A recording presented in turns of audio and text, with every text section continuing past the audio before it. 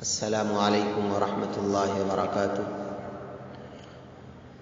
محترم بزرگوں اور عزیز دینی و ایمانی بھائیوں اور دوستوں، الحمدللہ جیسے کہ روزانہ قرآن پاک کا سلسلہ اس طور پر جاری ہے کہ جو قرآن پاک تراویح میں پڑھا جا رہا ہے اس کا خلاصہ آپ حضرات کی خدمت میں پیش کیا جا رہا ہے، جس میں آج الحمدللہ 28ویں پارے کا خلاصہ ہے۔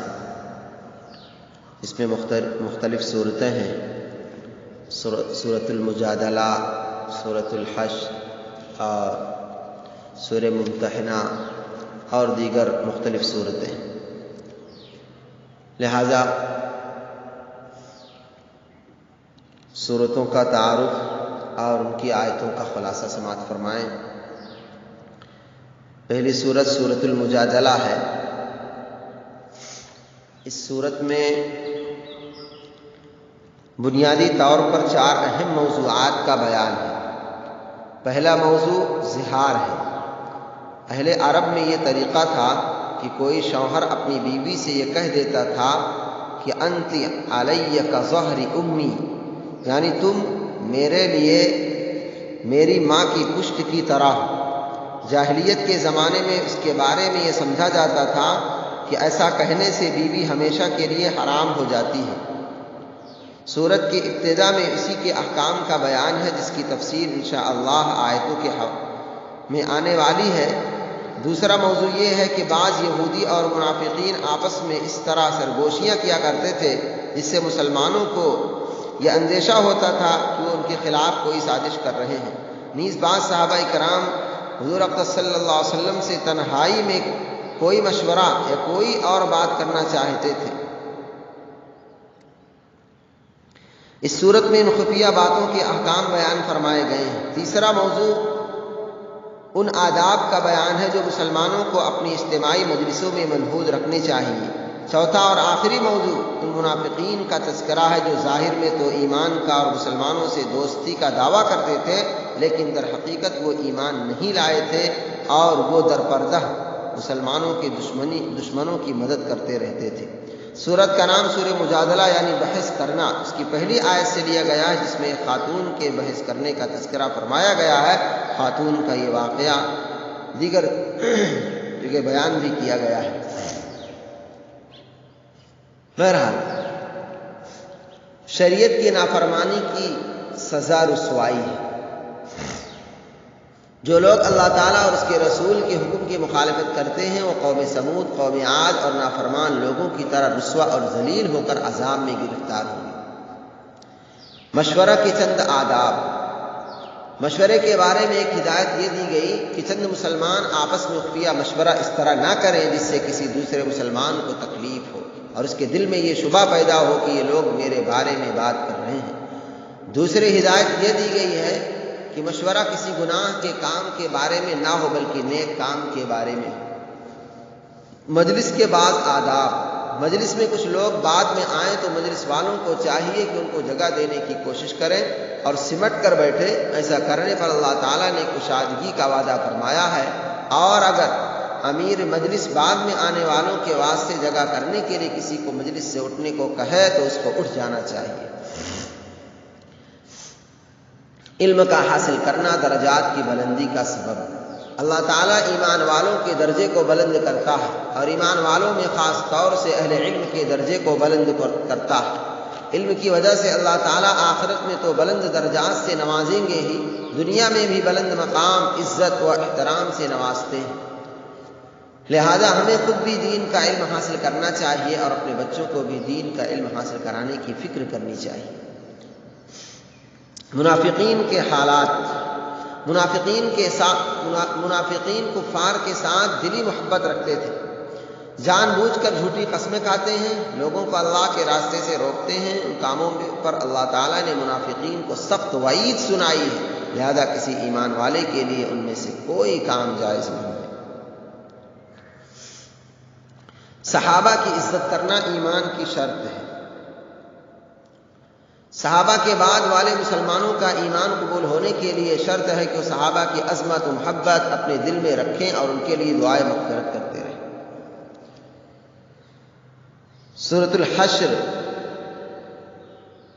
سورہ حشر کا تعارف، یہ سورت حضور صلی اللہ علیہ وسلم کے مدینہ منورہ ہجرت فرمانے کے دوسرے سال نازل ہوئی تھی۔ مدینہ منورہ میں یہودیوں کی ایک بڑی تعداد آباد تھی۔ حضرت صلی اللہ علیہ وسلم نے ان سے یہ معاہدہ کر لیا تھا کہ آپس میں امن و امان سے رہیں گے اور مدینہ منورہ پر حملہ ہونے کی صورت میں مل کر اس کا دفاع کریں گے۔ یہودیوں نے اس معاہدے کو قبول کر لیا تھا، لیکن ان کو حضور نبی کریم صلی اللہ علیہ وسلم سے دلی بغض تھا، اس لیے وہ خفیہ طور پر آپ کے خلاف سازشیں کرتے رہتے تھے۔ چنانچہ انہوں نے در پردہ مکہ مکرمہ کے بت پرستوں سے تعلقات رکھے ہوئے تھے اور ان کو مسلمانوں کے خلاف اکساتے رہتے تھے، اور ان سے یہ وعدہ کر لیا تھا کہ اگر تم مسلمانوں پر حملہ کرو گے تو ہم تمہارا ساتھ دیں گے۔ یہودیوں کا ایک قبیلہ بنو نذیر جو کہلاتا تھا، ایک مرتبہ حضرت صلی اللہ علیہ وسلم ان سے معاہدہ کی کچھ شرائط پر عمل کرانے کے لیے ان کے پاس تشریف لے گئے تو ان لوگوں نے سازش کی کہ جب آپ بات چیت کرنے کے لیے بیٹھے تو ایک شخص اوپر سے آپ پر ایک چٹان گرا دے جس سے معاذ اللہ آپ شہید ہو جائیں۔ اللہ تعالیٰ نے وحی کے ذریعے آپ کو ان کی سازش سے باخبر فرما دیا اور آپ وہاں سے اٹھ کر چلے آئے۔ اس واقعے کے بعد آپ نے بنو نذیر کے پاس پیغام بھیجا کہ اب آپ لوگوں کے ساتھ ہمارا معاہدہ ختم ہو گیا ہے اور ہم آپ کے لیے ایک مدت مقرر کرتے ہیں کہ اس مدت کے اندر آپ مدینہ منورہ چھوڑ کر کہیں چلے جائیں، ورنہ مسلمان آپ پر حملہ کرنے کے لیے آزاد ہوں گے۔ کچھ منافقین نے بنو نذیر کو جا کر یقین دلایا کہ آپ لوگ ڈٹے رہیں، اگر مسلمانوں نے حملہ کیا تو ہم آپ کا ساتھ دیں گے۔ چنانچہ بنو نذیر مقررہ مدت میں مدینہ منورہ سے نہیں گئے۔ حضرت صلی اللہ علیہ وسلم نے مدت گزرنے کے بعد ان کے قلعے کا محاصرہ کر لیا اور منافقین نے ان کی کوئی مدد نہیں کی۔ آخرکار ان لوگوں نے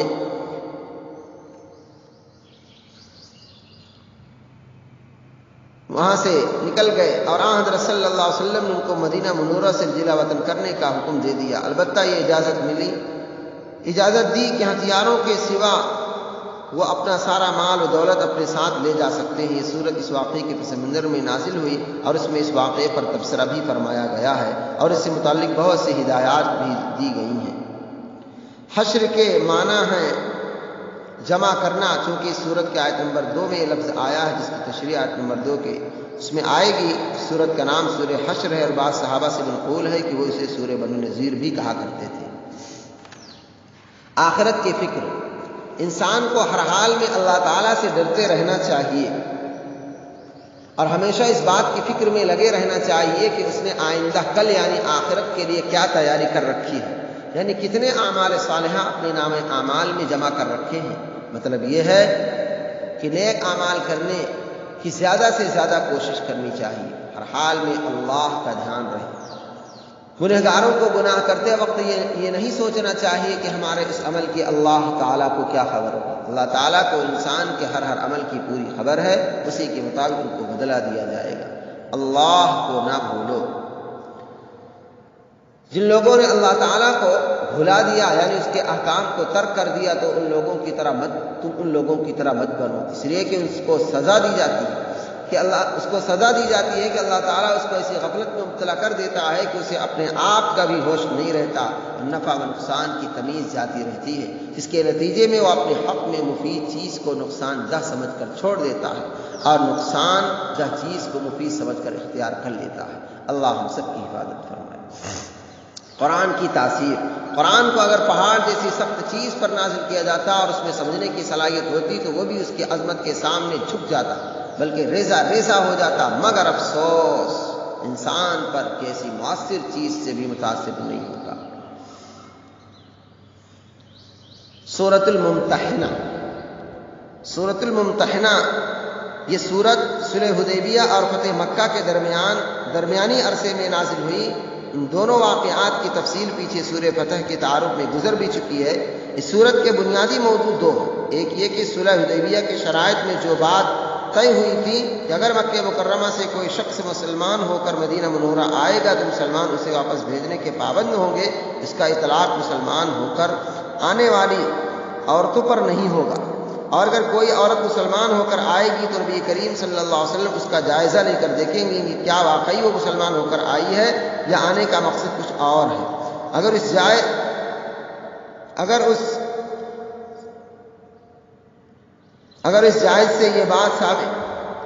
جائزے سے یہ بات ثابت ہو کہ واقعی مسلمان ہو کر آئی ہے تو پھر اسے واپس نہیں بھیجا جائے گا۔ اس صورت میں اگر وہ شادی شدہ ہو اور اس کا شوہر مکہ مکرمہ میں رہ گیا ہو، اس کے نکاح اور مہر وغیرہ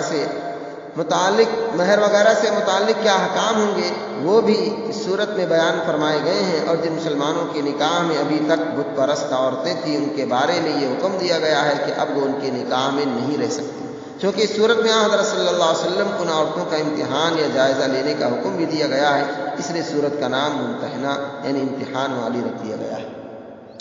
اور دوسرا موضوع بھی اس میں بیان کیا گیا ہے جو بالکل شروع میں بیان ہوا ہے، وہ یہ ہے کہ مسلمانوں کے لیے غیر مسلموں سے کسی قسم کی تعلقات رکھنا جائز نہیں ہے، اور کس قسم کے تعلقات رکھنا جائز ہے اور کس قسم کے ناجائز۔ چنانچہ سورت کو اس حکم سے شروع فرمایا گیا ہے کہ مسلمانوں کو دشمنوں سے خصوصی دوستی نہیں رکھنی چاہیے۔ امن پسند کفار کے ساتھ حسن سلوک، جو کفار امن پسند ہوں اسلام ان کے ساتھ حسن سلوک، حسن اخلاق اور ہمدردی کا برتاؤ کرنے کا تعلیم دیتا ہے، اور ایسا کرنے والوں کو اسلام پسند کرتا ہے، مگر جو کفار و مشرکین مسلمانوں کو ایذا رسانی کے در پہ رہتے ہیں ان کے ساتھ موالات اور مواقعات کے تعلقات سے روکتا ہے۔ ایک مومن کی شان، لہذا یہاں سے سورہ صف کا سلسلہ شروع ہو رہا ہے۔ یہ سورت بھی مدینہ منورہ میں اس وقت نازل ہوئی تھی جب منافقین آس پاس کے یہودیوں کے ساتھ مل کر مسلمانوں کے خلاف طرح طرح کی سازشیں کر رہے تھے۔ اس سورت میں بنی اسرائیل کے یہودیوں کا یہ کردار خاص طور پر ذکر فرمایا گیا ہے کہ انہوں نے خود اپنے پیغمبر حضرت موسیٰ علیہ السلام کو طرح طرح سے تکلیفیں پہنچائیں، جس کے نتیجے میں ان کے مزاج میں ٹیڑھ پیدا ہو گئی، اور جب حضرت عیسیٰ علیہ السلام تشریف لائے تو انہوں نے ان کی نبوت کا بھی انکار کیا، اور انہوں نے حضور سرور دو عالم صلی اللہ علیہ وسلم کی تشریف آوری کی جو باشارتیں دی تھیں ان پر بھی کان نہیں دھرے۔ چنانچہ حضرت صلی اللہ علیہ وسلم تشریف لائے تو انہوں نے نہ صرف یہ کہ آپ کی نبوت پر ایمان لانے سے انکار کر دیا بلکہ آپ کے خلاف سازشیں شروع کر دی۔ بنی اسرائیل کے اس کردار کو واضح کرنے کے ساتھ ساتھ اس صورت میں مخلص مسلمانوں کو یہ خوشخبری دی گئی ہے کہ اگر انہوں نے حضور نبی کریم صلی اللہ علیہ وسلم کی ٹھیک پیروی کی اور وہ کام کیے جن کا اللہ تعالیٰ نے اس صورت میں خاص طور پر حکم دیا ہے، اور ان میں جہاد خصوصی اہمیت رکھتا ہے، تو اللہ تعالیٰ ان کو عنقریب فتح و نصرت عطا فرمانے والے ہیں، جس کے نتیجے منافقین اور یہودیوں کی ساری سازشیں خاک میں مل جائیں گی۔ اسی سیاق میں سورت کی 4 آیت میں اللہ تعالیٰ نے مسلمانوں کی تعریف فرمائی جو اللہ تعالیٰ کے راستے میں سب بنا کر جہاد کرتے ہیں۔ اسی مناسبت سے سورت کا نام سورہ صف رکھ دیا گیا۔ ایک مومن کی شان اور اس کے ایمان کی علامت یہ ہے کہ وہ کہنے کے مطابق عمل کر کے دکھائے۔ بڑے بڑے دعوے کرنا اور کام کے وقت پیٹ دکھانا منافقوں کی علامت اللہ تعالیٰ کی ناراضگی کا سبب اور بڑا گناہ ہے، اور یہ بات اللہ تعالیٰ کو نہایت ناپسند ہے کہ آدمی کسی نیک کام کے کرنے کا ارادہ کرے اور عملی طور پر اس کو پورا نہ کر سکے، لہذا مسلمان کو کہنے کے مطابق عمل بھی کرنا چاہیے۔ جمعہ کے متعلق جمعہ کی اذان کے بعد خرید و فروخت کرنا اور ہر وہ کام کرنا جو نماز کی طرف جانے میں رکاوٹ بنتا ہو شریعت میں جائز نہیں ہے، بلکہ سب کام کاج چھوڑ کر جمعہ کی نماز کے لیے جانا واجب اور ضروری ہے۔ ناکام لوگ کون ہیں؟ ایمان والوں کو خطاب کر کے فرمایا گیا کہ ذرا چوکنا رہنا، کہیں ایسا نہ ہو کہ تمہارا مال اور تمہاری اولاد تم کو ہلاکت میں ڈال دیں۔ مطلب یہ ہے کہ دنیا کی محبت اور اس کے حاصل کرنے میں اتنا مشغول مت ہو جانا کہ دین کے ضروری احکام کو پورا کرنے میں خلل پڑنے لگے، اور جو ایسا کرے ان کو اللہ تعالیٰ نے ناکام قرار دیا ہے۔ موت سے پہلے صدقہ خیرات کی ترغیب۔ ایمان والوں کو چاہیے کہ موت سے پہلے نیک کام میں زیادہ سے زیادہ خرچ کریں، ورنہ موت کے وقت آدمی تمنا کرے گا کہ مجھے کچھ مہلت مل جاتی، اللہ کے راستے میں خوب مال کرتا۔ اللہ تعالیٰ کا اٹل فیصلہ ہے کہ کسی کی موت کا متعین وقت ایک گھڑی بھی آگے پیچھے نہیں ہو سکتا۔ سب سے بڑی کامیابی آج دنیا میں اس چیز کو کامیابی سمجھ لیا جائے، لیکن قرآن کی زبان میں سب سے بڑی کامیابی یہ ہے کہ موت کے بعد آدمی کے لیے جنت کا فیصلہ ہو جائے، اور جنت کا فیصلہ اللہ اور اس کے رسول کے حکم کی اطاعت ہی پر ہوگا، نافرمانی کی سزا تو جہنم ہے۔ لہذا ایمان والوں کو نیک اعمال کے ذریعے جنت حاصل کرنے کی پوری کوشش کرنی چاہیے۔ طلاق کے متعلق بعض احکام۔ اگر کسی شدید مجبوری کی وجہ سے بیوی کو طلاق دینے کی نوبت پیش آ ہی جائے تو ایسی طلاق دے جس میں رجوع کرنے یعنی لوٹانے کا حق باقی رہے۔ اس کی صورت یہ ہے کہ صاف لفظوں میں صرف ایک طلاق دے، مثلا کہے کہ میں تجھے طلاق دیتا ہوں۔ طلاق پاکی کے دنوں میں دے، ماہواری کے زمانے میں نہ دے۔ ایسی پاکی میں طلاق دے جس میں صحبت نہ کی ہو۔ عدت کے دنوں کو اہتمام کے ساتھ یاد رکھا جائے۔ طلاق دینے کے بعد عدت پوری ہونے سے پہلے بیوی کو گھر سے نہ نکالے۔ مطلقہ عورتوں کو حکم یہ ہے کہ وہ خود بھی عدت پوری ہونے سے پہلے شوہر کے گھر سے نہ نکلیں۔ جب عورت کی عدت ختم ہونے کے قریب ہو جائے تو غور کر لے اس کو نکاح میں روکنا بہتر ہے یا اس تعلق کو بالکل ختم کر دینا ہے۔ اگر نکاح میں باقی رکھنا مناسب ہو تو اس کی صورت یہ ہے کہ زبان سے کہہ دے کہ میں اپنی طلاق سے رجوع کرتا ہوں، یا بیوی سے بوس و کنار یا صحبت کر لے۔ اور اگر نکاح میں نہیں رکھنا ہے تو عدت پوری ہو جانے دے، عدت پوری ہوتے ہی وہ نکاح سے خارج ہو جائے۔ عورتوں کو عدت کے دنوں میں برا بھلا کہہ کر یا ان کی ضروریات میں تنگی کر کے پریشان نہ کرے۔ مطلقہ عورتوں کو عدت پوری ہونے تک کھانے پینے کا خرچ دے۔ بہتر ہے کہ عدت پوری ہونے سے پہلے بیوی کو واپس نکاح میں رکھنے کے لیے یا چھوڑنے کے لیے دو معتبر عادل آدمیوں کو گواہ بنا لے۔ طلاق کی عدت۔ جس عورت کو طلاق دی جائے اس کی عدت عام حالات میں 3 حیض کا گزرنا ہے، اور اگر کسی وجہ سے عورت کو حیض نہ آتا ہو تو اس کی عدت 3 مہینہ ہے، اور اگر عورت حاملہ ہو تو اس کی عدت وضع حمل یعنی بچے کو جننا ہے۔ اہل ویال کی فکر کرنا چاہیے۔ ایمان والوں کو حکم یہ ہے کہ اپنے اور اپنے اہل ویال کی اصلاح اور ان کے اعمال و اخلاق کو درست کرنے میں لگے رہیں، ان کو دین کے فرائض اور حلال و حرام کی تعلیم دے اور اس پر عمل کرانے کی بھرپور بھی کوشش کرے۔ اللہ تبارک و تعالی ہم سب کو تمام باتوں کو سمجھ پر عمل کی توفیق نصیب فرمائے۔ السلام علیکم۔